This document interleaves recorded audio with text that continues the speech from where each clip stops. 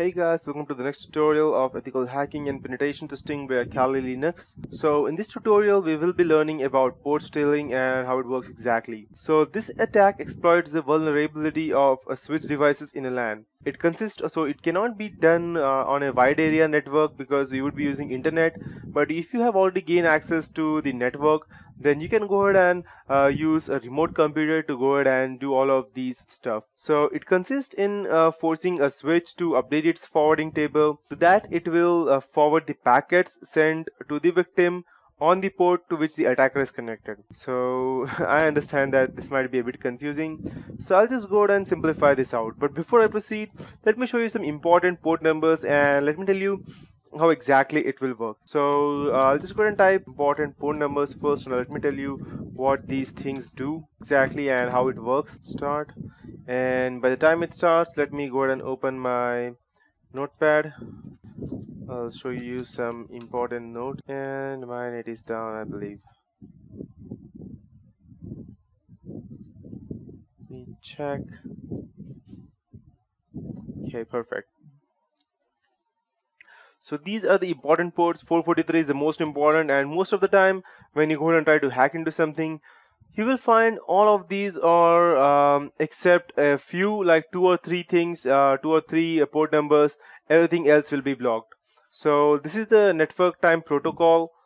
This needs to be active all the time because it gathers network information and the date and day and everything from the internet. After that we have 443, which is the SSL protocol, and without this you will not be able to access the internet. So the person whoever is managing this should make sure that the firewall does allow incoming connections, but only restricted incoming connections. And then we have the 500, that's the important one, that is the inter-key exchange IPsec protocol, and which is quite important. So these are the important. So just think that if any of these things are compromised, then what may happen? Let's say for example, if the network time protocol is open and we have this port access, so you can go ahead and modify the network changes, and trust me guys, any kind of changes to the days and date can go ahead and create a hell lot of difference in the system management and everything for an administrator, and that will not be good. After that we have the HTTPS 443 port over here, and this is most of the time open, and hackers normally go ahead and use this port or the port 80, that is the HTTP, because it is not that secure.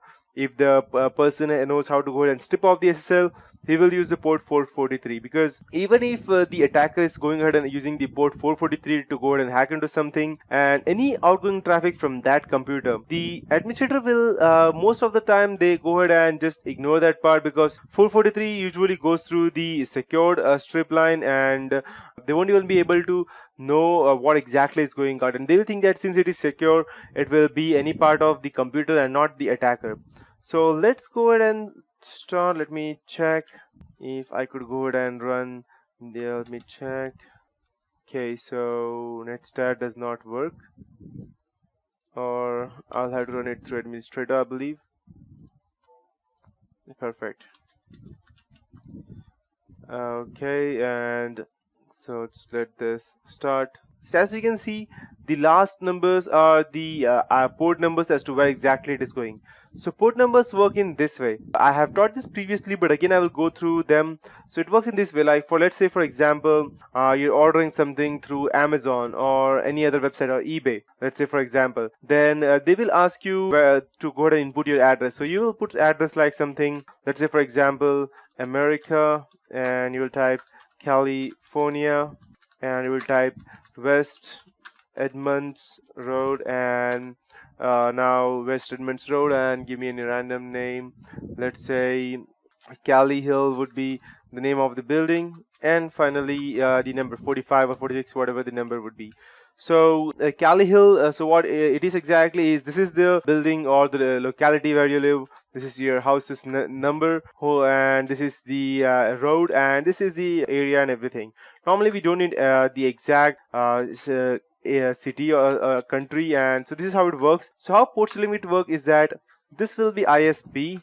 After that we have the you can say as, let's say for example, let me just go down and cut it out, the internet, where exactly it is, and we have the ISP, internet service providers, and then we have the IP address, then we have the MAC address, and finally we have the port number.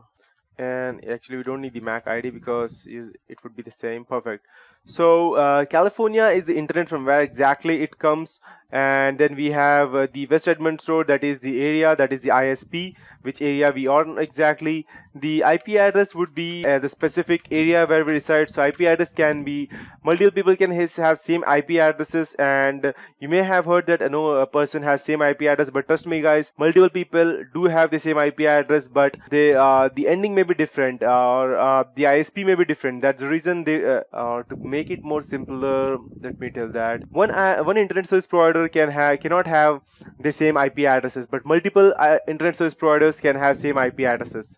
That is the best I can go through. So whenever you go ahead and send some data from your computer, and when it comes back to you, it will first check the internet connection, then the ISP provider to where it should go, that is the road, and it is same like the courier facility. Then it will check the IP address inside the ISP, that is your area, and finally it will go and check the port, that is the door, that is your only, and that cannot be different for any person, and only that thing will go through that port. This is how the port stuff works exactly.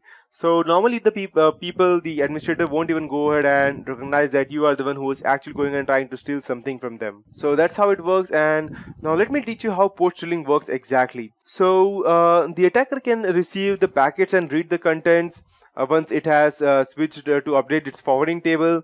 And port stealing is a kind of attack where someone steals traffic that is directed to another port of an Ethernet switch. So this attack allows someone to receive packets that were originally directed to another computer. It does so by making the switch believe that the attacker's port is a correct destination of the packet.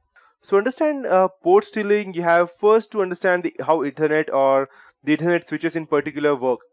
First, there is a MAC address, which is a unique address for each and every computer that is connected to the Ethernet network, and that is recorded in a network adapter. Ethernet frames have two MAC addresses stamped to it.